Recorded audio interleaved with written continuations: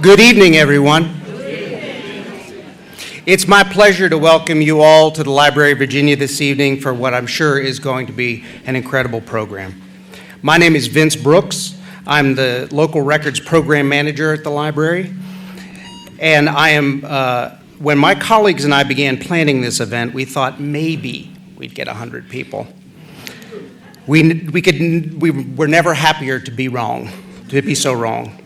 We have a full schedule and limited time, so I want to keep things moving along, but I would be remiss if I did not acknowledge and thank my friends and co-workers, Sonia Coleman and Marianne Mason, for their Herculean efforts in pulling together this program, a blog post, and the accompanying lobby displays that you all saw on your way in.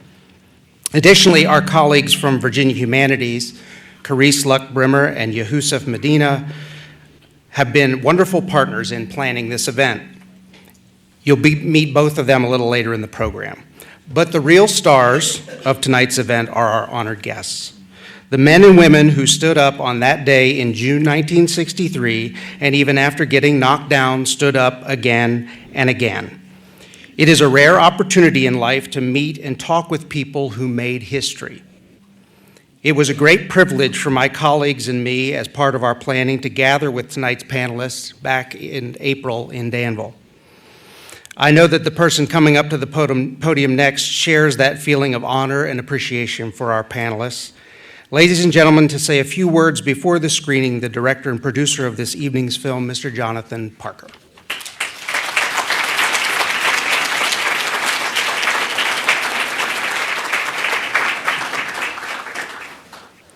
Good evening.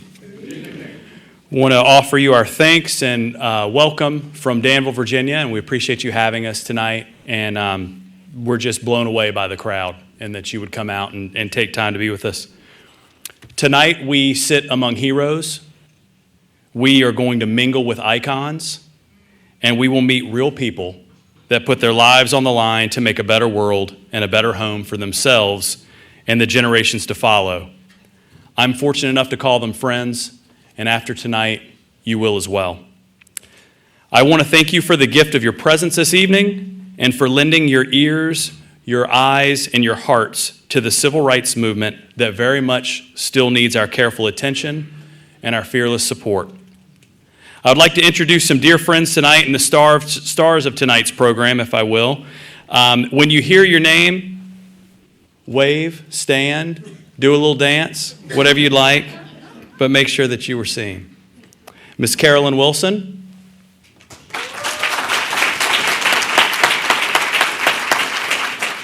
Mr. Sherman Saunders.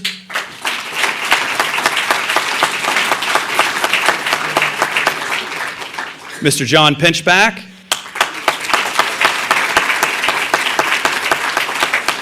Mrs. Brenda Fitz.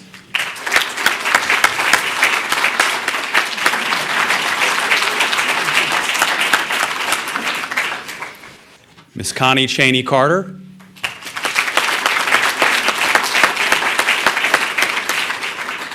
Ms. Dorothy Batson.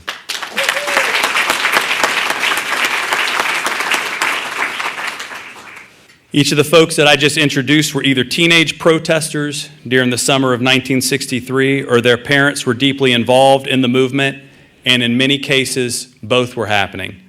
But allow me, if I can, to share just one of our folks' credentials. That's Miss Dorothy Batson being drug out by the police down the street on her way to the paddy wagon where they would hold that young black girl for a couple of hours in the back seat until they remembered that they had her back there and then took her to jail. I'd also like to acknowledge anyone else, if I can, in the audience who participated in the civil rights movement anywhere across this country or had family in the movement. Would you stand and let us recognize you as well?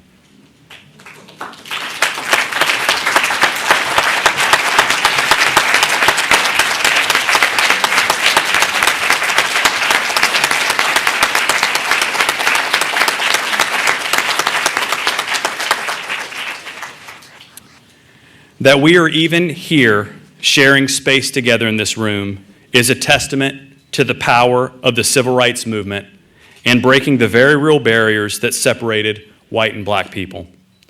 To those of you that participate in the movement or have family that were on the front lines, I offer you my most sincere thanks. As my wife Becky told me earlier, tonight is a long overdue acknowledgement on a prominent and a prestigious platform that we are grateful to be at of your heroic efforts and faith in God and humanity to create a more unified world.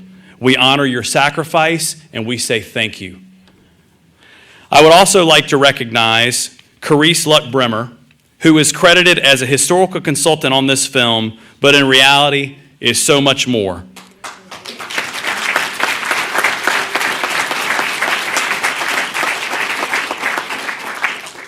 Karice is a local gem to us in the Danville community, and she is the keeper of our community stories. Without Reese's involvement and belief in this project, the film just doesn't happen. It's that simple. So thank you, Reese, for all your support. I would also like to thank the staff and the researchers at the Library of Virginia, Virginia Humanities, the Library of Virginia Foundation, and the Institute of Museum and Library Services for making this event possible. From the very early goings of pre-production of the film, we talked about the civil rights movement in our home among our three small children, Anna, Joel, and Ben. Anna is with me tonight. And during this time, we've been able to grow very close to some dear people that are in the room. After one of the screenings that we did in Danville a few months ago, my son Joel asked Miss Dorothy Batson how she could be kind to people that treated her so badly. And she told him they were taught as children to love others and had the love of God in their hearts.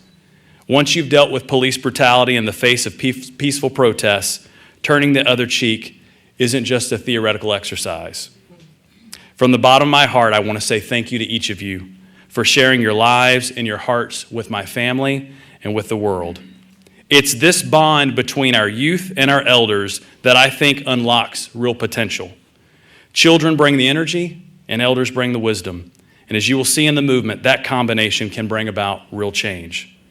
As much as I believe in this film, I think the most important thing that will happen tonight is the human connection between each of us during the panel discussion and the social hour to follow. So tonight I invite you to soak up this shared wisdom and challenge yourself to find your place in the movement. We are all brothers and sisters, and together we can make this world we share a better place for everyone. My friends and mentors taught me that.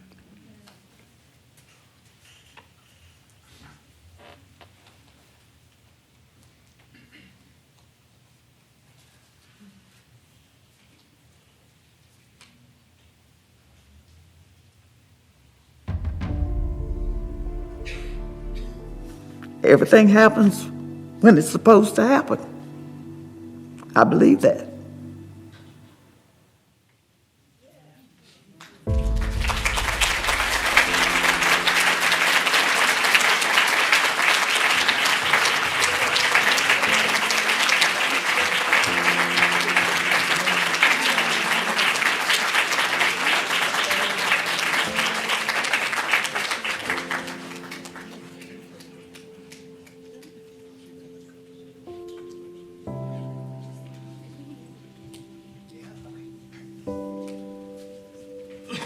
My name is Yawasef Medina. I am the Director for Community Initiatives at Virginia Humanities. And so much to reflect upon after seeing that film. And, you know, thank you again, Jonathan, as well, for the producer of the film here. And he'll be speaking shortly as well. But I'm just really humbled to be here. It's an honor. And I think these, especially in light of what's taking place and what we're seeing take place around the country politically right now, and things becoming increasingly divisive, even within our own Commonwealth, it's important to support and to hear these types of stories. And these are the types of projects that the Library of Virginia, Virginia Humanities like to support. So thank you all again for coming out. I wanted to take just a moment and introduce, I'm pleased and honored to introduce my colleague here, Karice Luck-Brimmer, whom Jonathan shared some very nice words about earlier. But Karice works primarily in the Dan River region, where she collaborates with local community members to sustain a strong network of cultural organizations committed to positive change. In her role, she also manages the General Assembly African-American Cultural Resources Task Force, and as a public historian with over 20 years of experience as a genealogist, she has done extensive genealogical research in the Pittsylvania County area. She also served with distinction on the Virginia Board of Historic Resources from 2019 to 2023. Her work has been featured in several publications and media outlets such as the Washington Post, People magazine, and an Emmy-nominated episode of 60 Minutes. Karice is also the owner of Our History Matters, LLC, an entity that provides heritage tours, historic preservation consulting, and genealogical services. Karice, please come up to the front here. Let's give Karice a warm welcome. And if you're ever in the Dan River region, you gotta check in with Karice because she knows everybody. And we love her at Virginia Humanities, and just really glad to be in this event. And just one last thing, I just want to say, it's good to see some young people in the room. Please take in these stories. These are very important. This intergenerational sharing of what's taking place in the past to the present is very vital for right now. So again, thank you all for coming out, and let's hear from the panel. But I just wanted to tell everyone good evening. You know, I grew up hearing the stories of Dr. King and the civil rights movement of the 60s. Those stories of struggle, depression, and triumph gave me a deeper appreciation and affection for my people. One of my favorite quotes, taken from Dr. King's letter from the Birmingham jail, it's one that me and my late colleague Emma, we used on a postcard that we would send out, is that we are caught in an inescapable network of mutuality, tied in a single garment of destiny. Whatever affects one indirectly affects us all directly. And we have to believe that. We have to believe that injustice affects all of humanity. Virginia, and especially the Dan River region, can never boast or look to the past for moral justice. The local civil rights movement started 100 years or more before 1963. The long list includes Caswell County's Kirk Holden War, which involved the conviction and impeachment of anti-KKK North Carolina State Governor William Holden in 1871. Pennsylvania County Court Judge James D. Coles violated the Federal Civil Rights Act of 1875 by excluding black men from juries, known as the Ex parte Virginia case. The Readjuster Party after the 1883 Danville riot, an overturning of a biracial political coalition. In more recent memory, Danville's 1960 protests to integrate the segregated library, which led to Danville being on the National Civil Rights Trail, by the way. And Danville city-sanctioned brutalization of peaceful civil rights protesters on Bloody Monday added to this lengthy history of moral, social, and political injustice. It was important for us to capture the voices of the protesters while they're here so that they can tell their own stories. Years ago, there was a study done, and we learned that of the 95,000 registers on the National Register of Historic Places, the less than 2% of these spaces speak to the experiences of African Americans. And so it's not enough to preserve these spaces and these places of memory, but we also have to preserve the narratives as well. I am so appreciative for Jonathan Parker because he reached out to me at a time where I was calling on everybody trying to get this story told.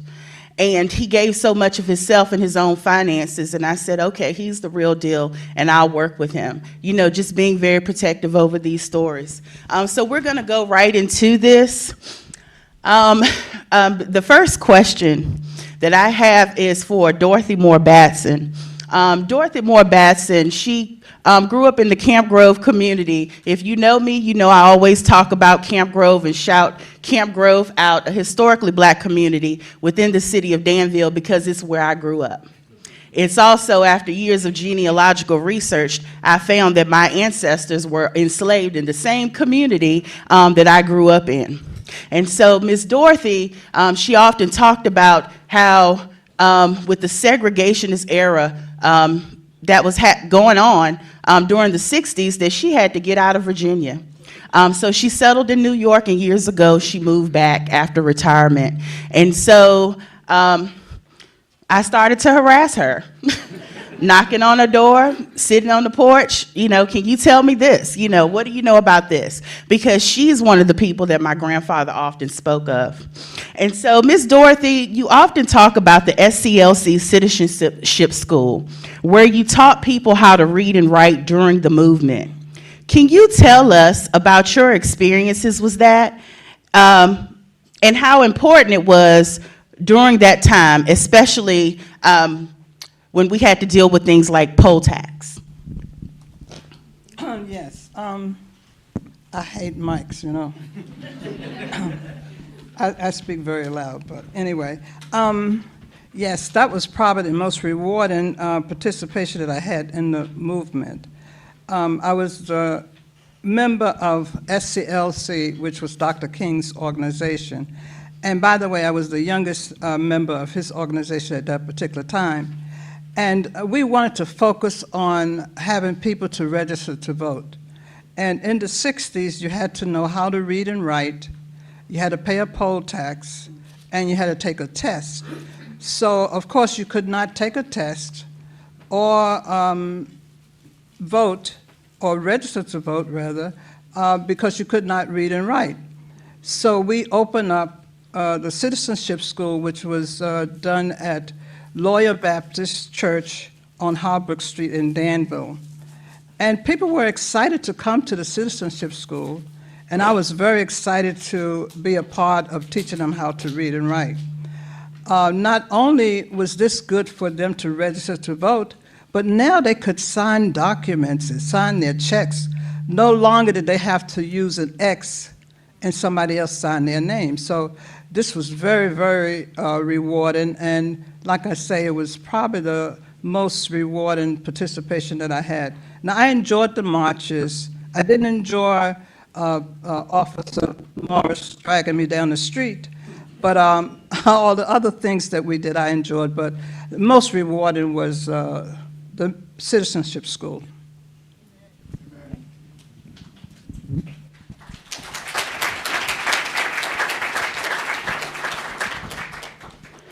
My next question is for Mr. Pinchback. I heard a lot about you from your sister Brenda, who also participated in the movement, and she told me stories about your mother. If you remember from the film, The Big Book of History, The History of 63, that was his mother. And one of the things that I thought about that you had said a couple of months back was that you spent the most days in jail out of all the protesters. Also, your case went all the way to the Supreme Court. That's something that he told me this morning that I just, learned of. But I wanted to ask you, did you realize in the time of your youth that your efforts would one day lead to change? Yes, I did. I knew what we were doing was the right thing. Oh, you can't hear me? And when you asked about longest one in jail, when we went to jail, we all said we were finna stay until they integrate every job in Danville. I thought everybody still was there when I was in jail. They put me in a tight cell because they mixed us in with the regular prisons. And they tied my feet down and hand down and talking about raping me, and I got to fighting. And they put me in a tight cell. They fed me bread and water, and every 15 days they would give me a meal. I went in 165 pounds, I came out 95 pounds. And the thing about, I want to say something else about June the 10th. what made June the 10th so bad was we had filled up the jails, and we said we wasn't going to leave. So the church people came down to sing for us and pray for us and bring us food. The police department had never been violent from 62 to 63. But these was non-demonstrators that just came down to pray and sing for us. They had an alley. The jail was like left of the street, and it had a fence around it. They trapped them in there, then they cut the fire hoses on. And 150 people or more, heads were burst open. And they wouldn't even treat them at the hospital. Dr. Pritchett, a white doctor, was the only doctor that treated them. And what made it, why I always kept June the 10th on my mind, because they shouldn't have been beaten at all. You know, they just really shouldn't have been beaten.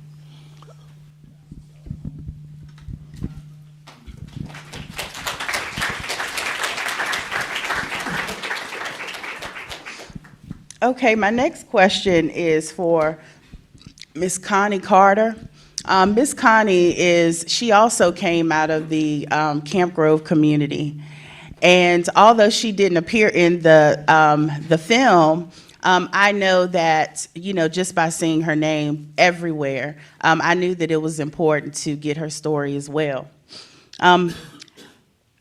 I saw in news reports of you getting arrested at the Capitol Theater, among other places, in December of 1963. So this is 5 months after Bloody Monday takes place. There are reports that things calmed down quite a bit, but you are still going strong months later. What inspired you to join the movement, and do you think protesting today would be as effective as it was 61 years ago? When you remember when we lived in Camp Grove, we had to be a certain age before we could go up Bradley Road and onto Main Street. And once I got that age and I was able to walk up, we would go to church, Camp Grove Baptist Church, and we would go to Sunday school, and we would walk up Bradley Road to get us an ice cream cone from Keelan's drugstore. Do you remember that? Yes. You don't. You were much younger than me. Okay, I forget. That'd be us.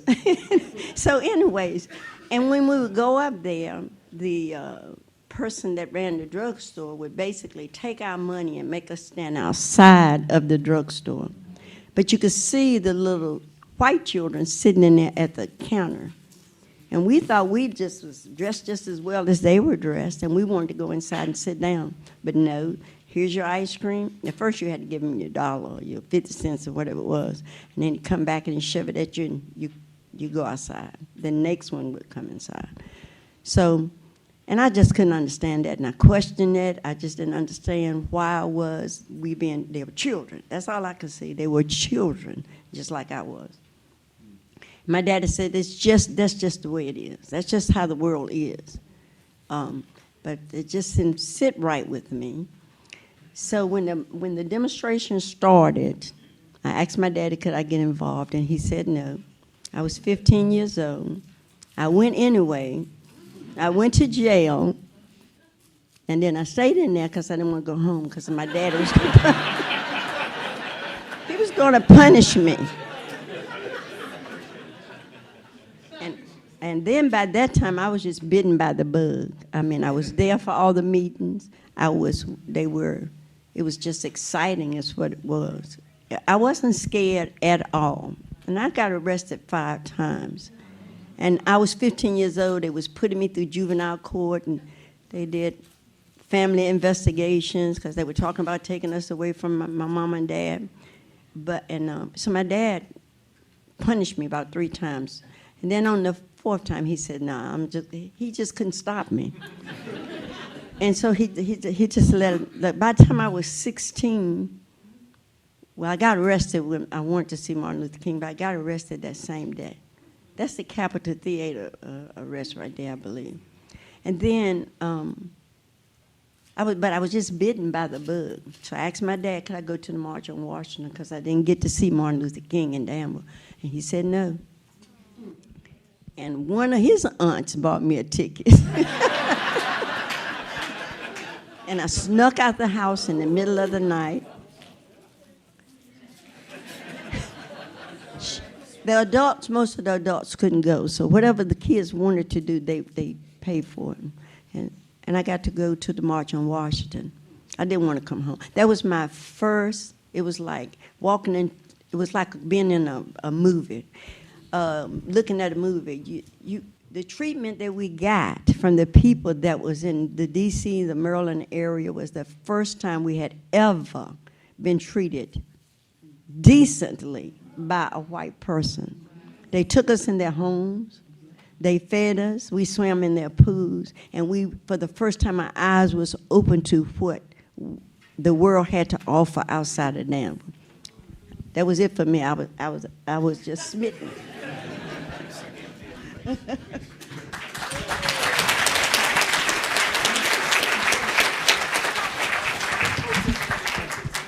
Okay. And the second part to that question. Oh, the second part, go ahead. I forgot about that. Do you think protesting today would be as effective as it was 61 years ago? I think that protesting today still gets the job done. We had a long, hard struggle back then because they were stubborn and just didn't want no change. But today it's a little bit different. The protests are on abortion rights, on banning books, on all these different things, and there are more. I hate to judge people by their color, but there are more nationalities involved in the movements today than it was back then. It was just white against black and black against white back then. So yeah, I do believe in protest. Yeah.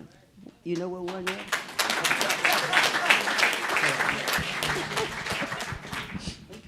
Okay, my next question is for Ms. Carolyn Wilson.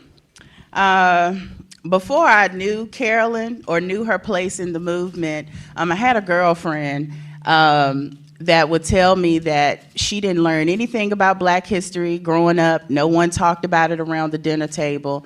And she lived in the same community with this lady named Carolyn Wilson.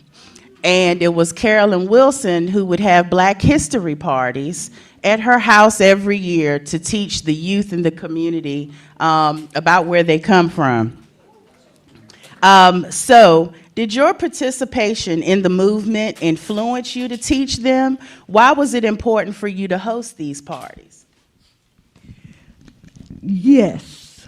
It was important to let our kids know what happened and how we came to have the right to vote. They knew nothing of our history, and I just could not stand that. So my family and I would get together every year and have this big party, and everybody would bring some turnip greens and potato salad and pig feet and whatever, and bring it to the house, and we'd have this party. Well, I wanted the kids to understand why we were celebrating Black history and why they had to know about their history. So we made up little games. My brother and sister are here tonight, and my husband, and we would make up games, and we would give them Monopoly money when they participated. And they would bring an essay or a drawing or a little skit, and all of it was geared towards teaching them Black history. I knew that they did not get that history in school, so that's why I did it. And then at the end of the dinner, I would explain to them how we were auctioned off and how we were enslaved. I said, so I'm going to teach you how it was done, but I also want to make it fun so it would have an impact on them. So they had to buy prizes with the auction money, with the monopoly money that we had given them. And that's how it came to be. And the next thing I know, we had kids there that weren't a part of the family. My kids would go out and tell, and our brothers and sisters' kids would go out and tell, you can come to the Black History Party. And so I had a house full, and we did it every year. Now, we just got together the other day to plan for our Juneteenth party that's going to be the 15th. And if you're in the Danville area, come on by.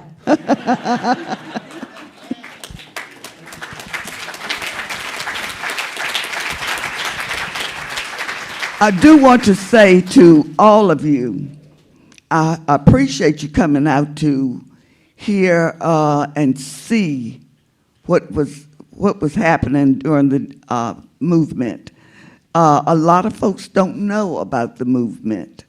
And so it's important that you know and you tell somebody else.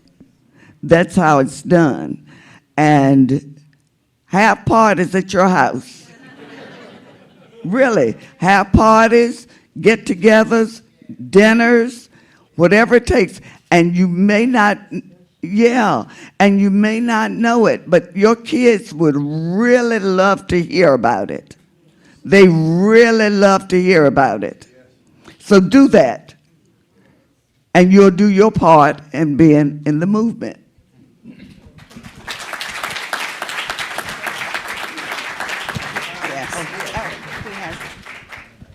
Okay, my last question is for Councilman Sherman Saunders. I grew up admiring Councilman Saunders because when I was growing up, there wasn't that many people that sat on city council that looked like me. Another inspiration was Dr. Joyce Glaze, who also come out of the Camp Grove community, and she was one of the first Black women to sit on council. But I admired them, for doing so, and then just to see them, and then we had family ties, the Lindsay Luck-Ferguson family reunion. The question that I wanted to ask him was that you often talk about your brother Lonnie and your mother being a part of the movement and what that time was like for your family. As one of the first Black mayors in the city of Danville, do you feel as though the traumatic experience your family went through in the 60s influenced you to run for city council? Thank you for the question. Absolutely.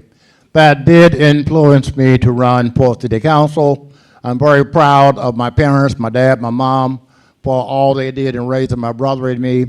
I'm also thankful for being born and raised in poverty.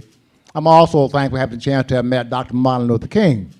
And then in April 4th, 1968, I was a young soldier in Germany training for the Vietnam War when I heard that Dr. King had been assassinated, and that was really sad for me, and I did not work that day during the time of war.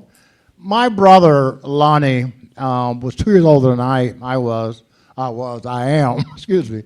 And we really got along very well, loved each other, supported each other, and tried to do as best we could for our parents and for our community as well. We're fortunate to have wonderful parents. My mother was in the church and very involved in everything women are involved in the church. My dad was also involved as well as a deacon in church. Long story short, after we grew up and he went to school, college, Virginia State University, Trojan, enemy Trojan in the house. And I'm around, by the way. Don't take it around, okay? I'm around in the house. I'll see you back there. I'll see you. So our parents always taught us to believe in ourselves, okay? In terms of poverty, when I came out of the Army at age 23, my parents still had the outhouse. My mother was still cooking on a wood stove. So what I did, I had saved some money in the Army, I cashed in my funds, and I bought my mother a propane gas stove, and I had indoor plumbing put in the house. With regards to the civil rights movement, we were involved in that every single day.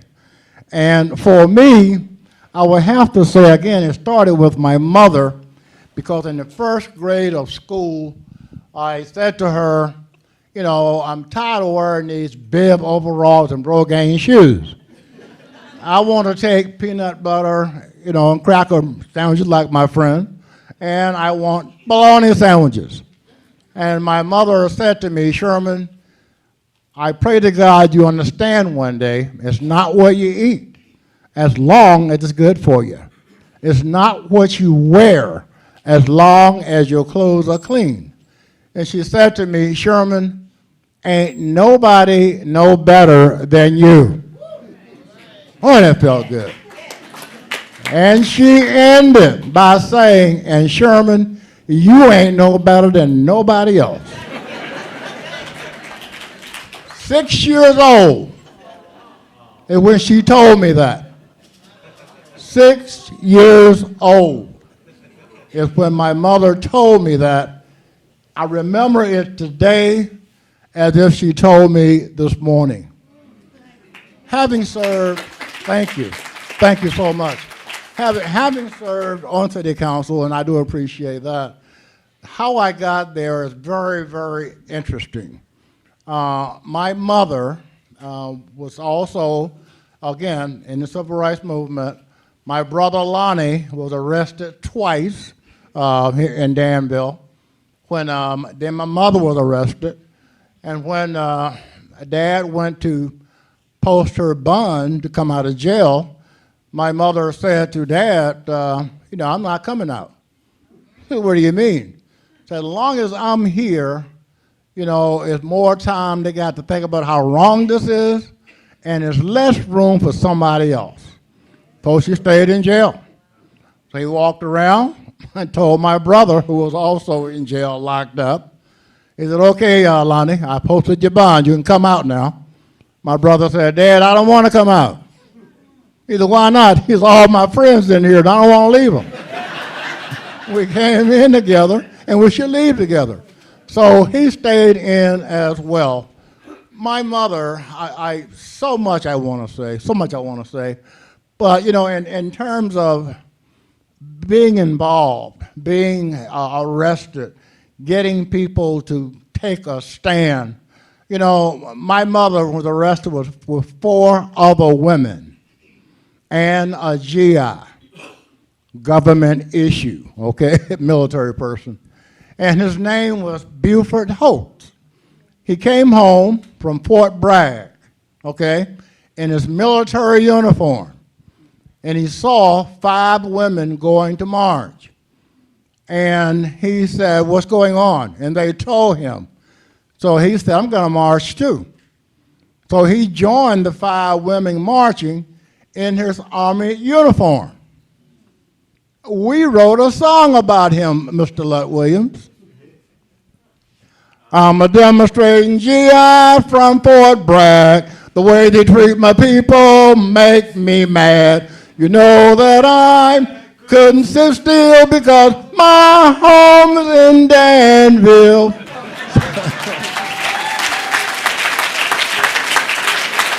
One more. Secretary of Defense McNamara said, Buford Holt, what's the matter? I don't care if you fight for your freedom, but please take off that uniform. I'm a demonstration. So that's where my mother was arrested. And when she was being booked, a police officer said to my mother, so why are you here? You look like a church woman. You shouldn't be here. My mother said, I'm here for my children. And she told the white police officer, and your children, and all the children in the world. Because children should be able to grow up, do what they want to do as long as it's right, and advance and contribute to this country. And she said, yes, I am a church woman. My church is in my heart, and I'm taking my church to jail. Now, what cell do I go in, sir? That was my mother. Like I said, Dad went to burn her out, she wouldn't come out. Okay, when my mother was arrested, she was arrested in the mayor's yard.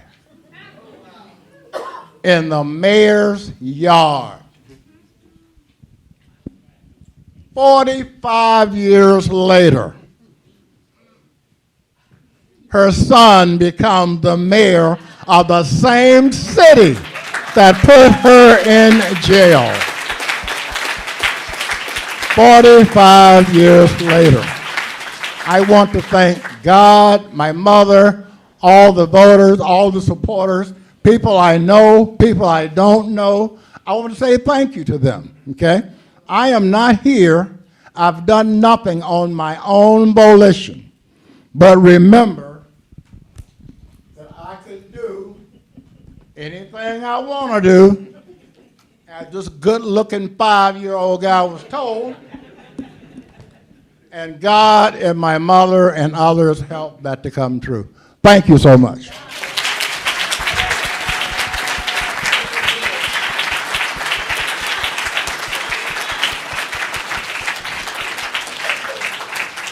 Thank you, Councilman. We have at least, I want to say 5 to 10 minutes, maybe.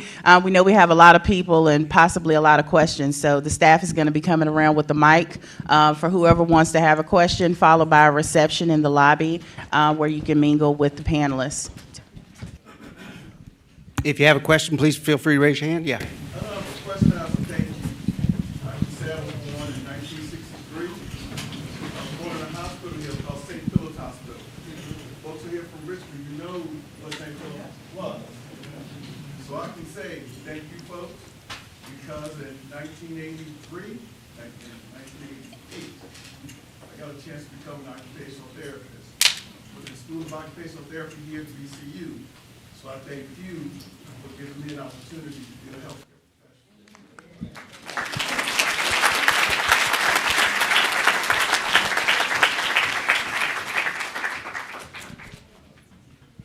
I just wanted to ask, since 2020 and the protests happened, and you all were in the protests back in 1963, what was it like for you all witnessing the protests happening again in a different way, in a time after what you guys had already gone through? Seeing it happen in Richmond, for me, was very striking. So I'd love to hear what y'all's thoughts were. I thought those particular protests were pretty much organized very well, but not the same as ours. I think it was because of the change of time. You know, back in 1963, we used the encyclopedia. Today you use Google, you know, and people get online and they say, come join us for the protest. But it's not that same togetherness that we had in the church. And in the church, we just followed what we had learned in Sunday school and morning worship on Sundays, you know, and you knew all the people who were going to come with you. So there's a bit of difference. But to protest and to march, as Connie had mentioned, it brings attention to what's going on. So that part of it, yes, I like. But it's no way like it was back in 1963. In 1963, there was so much love and togetherness among my people, black people, and also the white people who came to join us. So I think that's the difference. However, in some of the marches today, there's still the same kind of connection. You know, you can still feel the love that is portrayed between the different groups of people. As for me and the George Floyd protests, I was just fascinated to see the young people come out the way they did, all nationalities. And they came out and they demonstrated all over the United States of America. So yeah, I was very impressed with that. And that's what we need, more young people, because y'all are going to be the ones and for the future of the United States. So the way that it was handled, I thought it was very professional, and y'all hung in there. I mean, it really impressed me. Had I been not 73, I would have been right out there with you. Yeah, that is true too. It's young people who keep things going. So young people who are here, you got to get going. You got to get going. Yes, I don't really have a question. I have a thank you, just as the gentleman had in the back, because I was born in 1961 in Danville, Virginia. I stayed there till I was 19 or 20, my husband and I. And I had never heard of this. Wow. I will be 63 this year. And when my cousin called and said, look at that, look at the movement, I pulled it right up and I looked at it and I got quite upset that I didn't know about it. My grandmother never said anything. I was raised by grandparents that were there during that time. And believe it or not, you got young people, my grandchildren, say in their 20s and 30s, they don't know anything about it either. That's where we come in. Right. You gotta tell the story so they'll understand where they come from. Tell the story. And I am telling the story. And I will keep telling the story, and we will have our own parties. All right? Thank you so much. Thank you so much. And Reverend Cherie, the arrest report that I saw where she got arrested at the Capitol Theater in December 1963. Yes. Guess who got arrested along with her? Our aunt, Gertrude Wilson. Yes, I saw on the screen there when it passed through. I saw Joe Wilson. I said, that's my uncles and aunts. They were there. But no one. My husband knew. He's a little bit older. And his brothers were there. But I didn't know about it. And I just want to say thank you. Thank you for sharing. Thank you so much. And if y'all was with my uncle and aunts, God bless you. Might be my cousin sitting there. I keep looking at you. Thank you. I too want to thank you. I grew up in Danville. I went to Virginia Tech in 1961. I came to Richmond in 1964, and I've been here ever since. I'd like to make two comments. I don't really have a question. First comment is, you have no idea how important teaching the history is. I grew up in Danville. I went to Forest Hill School. I went to Robert E. Lee Junior High. I went to George Washington High School. And then I went to Virginia Tech, and I never was taught one word of the history of the black community in Danville or Virginia or America. That's first. Second of all, if I can make a comment, I think the film was excellent. The only comment I would have, a suggestion I would have is, during that time in Danville, there were people who supported the movement who were white. Charles Womack was on city council. I practically grew up in his home. In fact, his son bought Dr. Pritchard's house. It's still called the Pritchard House, by the way. But Mr. Womack fought for communication, interracial meetings, and City Council in Danville actually voted him out of office. Supreme Court of Virginia said that was unconstitutional. The voters had to vote him. But there were other people. There were a lot of businesses in Danville. They put bond up. A lot of the people arrested didn't want to stay and fill up the jails because they had to get out and go to work. And they deserve some credit. So there was some support. There wasn't a lot, but there was some support and strong support. But this story should be told again and again, especially in the schools. So I want to thank you for what you've done. May I? Karice, may I? Just to say, you mentioned Mr. Womack. He was on city council. Mr. Womack has a foundation that goes on today, teaching kids how to swim, teaching kids how to do various other kinds of computers and skill kinds of work. Most of these kids look like me. So his work still lives on today, and I thank you so much for bringing that up.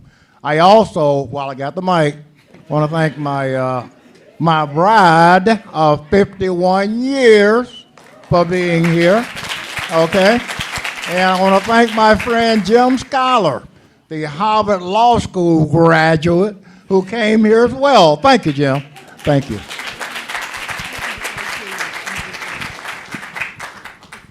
I just want to say that when my husband here asked me to marry him 58 years ago, I said, "Do I have to live in Danville?"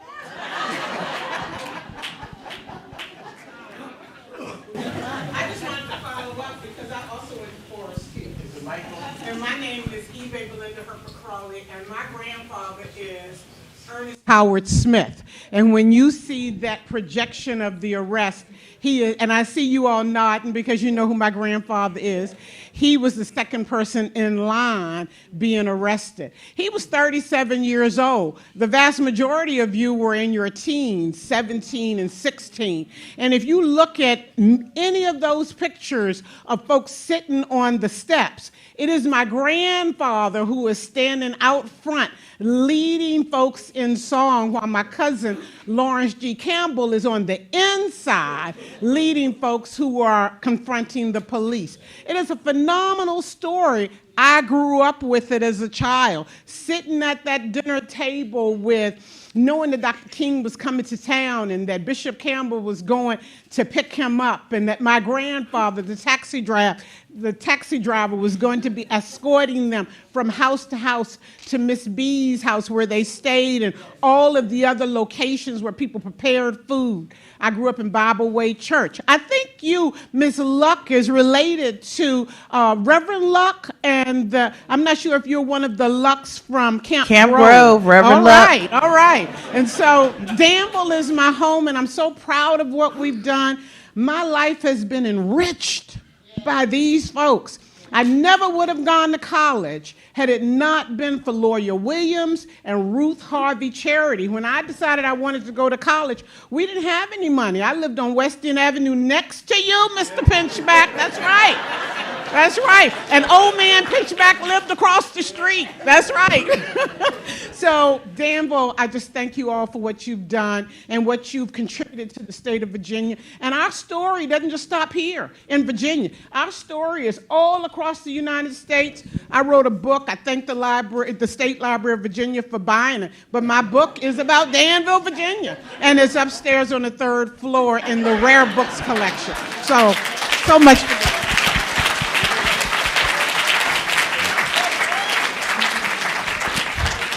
And you spoke about Dr. King staying at Miss B's house, so you were referring to as Beatrice Hairston.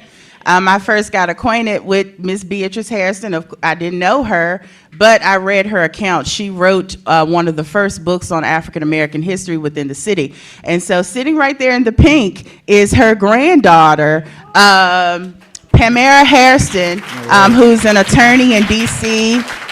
And just one quick thing, but a couple of years ago, I was calling Miss Pam. I said, you know, Miss Pam, I said, she wrote an essay when she was in the 3rd grade, and it talks about having dinner with Dr. King, but not realizing that she was having dinner with this important person. And so I said, you know, I got to talk about civil rights at Woodbury, and it's an elementary school, and they're 3rd graders, you know, so I'm going to use your, you know, thing. She said, She said, that's mine. That's my speech, you know. I could come talk about my own, you know, my own speech. So I just thought it was, you know, hilariously funny. But this is her granddaughter, and she's been working hard to preserve her grandmother's story. So that's going to wrap everything. Oh, do we have time for one more? Okay. One last question. One last question over here. My name is Timothy Brown. I am the proud nephew of Reverend Thurman Pettis. So I just wanted to say thank you for that.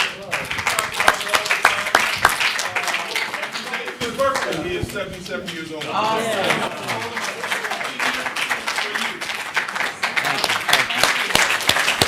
I'll also remind everybody in closing that the movement is available on streaming, Amazon Prime and Apple TV. So if you want to share it with someone else to watch or watch it again because it's that good, please do. And please enjoy the exhibits and refreshments and fellowship. And thank you all so much for coming tonight. We really appreciate it. And let's give our panelists one final round of applause.